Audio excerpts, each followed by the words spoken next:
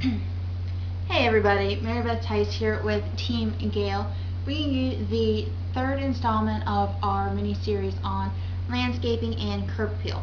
Today we're actually going to talk more about your lawn and caring for it if you have pets. Now, I am a huge pet person myself. I have 2 dogs and my parents have a dog, and I've grown up around them. For me, it's been nothing to walk out in the backyard and see a yard where pets obviously live. If you're anything like, or if your dogs are anything like mine, they have worn trenches in the yard, either around the fence line or when they walk back and forth from one end of the property to the other, where it just creates a natural divot where they're constantly treading on this.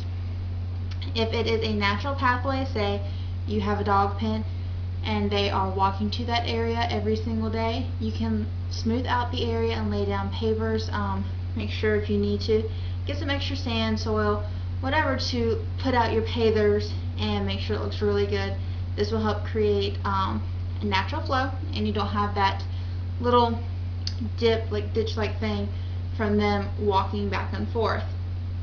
If it's in an area that you don't have as a natural pathway, like along a fence line, what you're going to want to do is you're going to have to put up a barrier, create an area where the pets cannot go while you're trying to repair this, and then you're going to rake out the area, level it out, add in some topsoil, some loam, make sure that it's a really good base for new grass.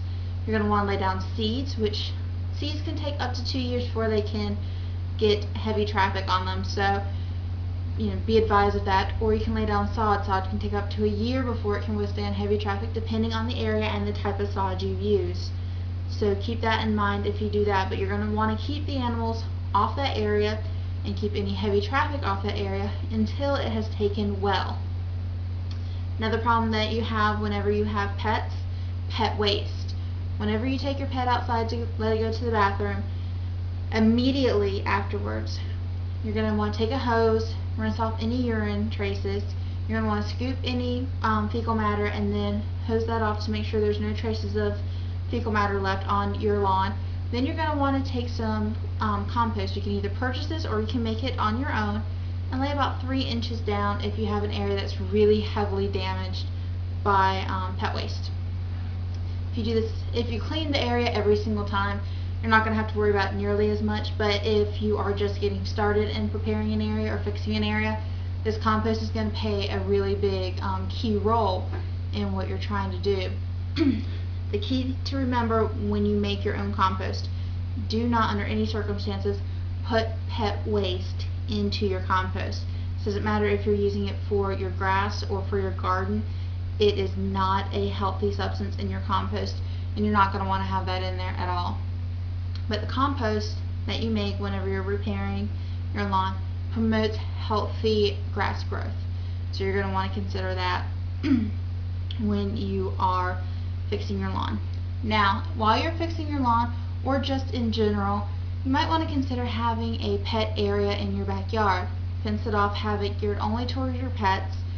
Put a dog house out there, a bowl of water, so they have somewhere to go if they're outside for long periods of time. But the key point with this is they won't destroy your lawn. They'll be going to the pet area, dog pen, and they'll do their running in there. So any grass that might be dead in your backyard from the running back and forth will start to grow back, because they'll be only running in that pet area, and you won't have to deal with pet waste in your backyard, side yard, front yard, wherever it is that you might let your dogs out at, because they'll only be going to the restroom in that area.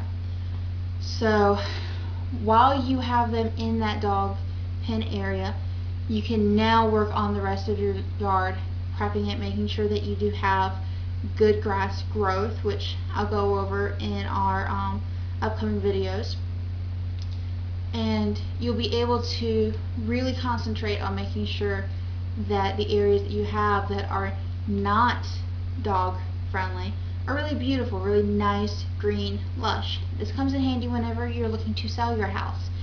Buyers do in fact like to walk around the backyard, front yard, and side yard of your property. They're going to want to see the house from all angles, and they're going to want to check out the yard. You didn't buy your house without looking at the backyard. They're not going to want to buy it either without looking at the yard.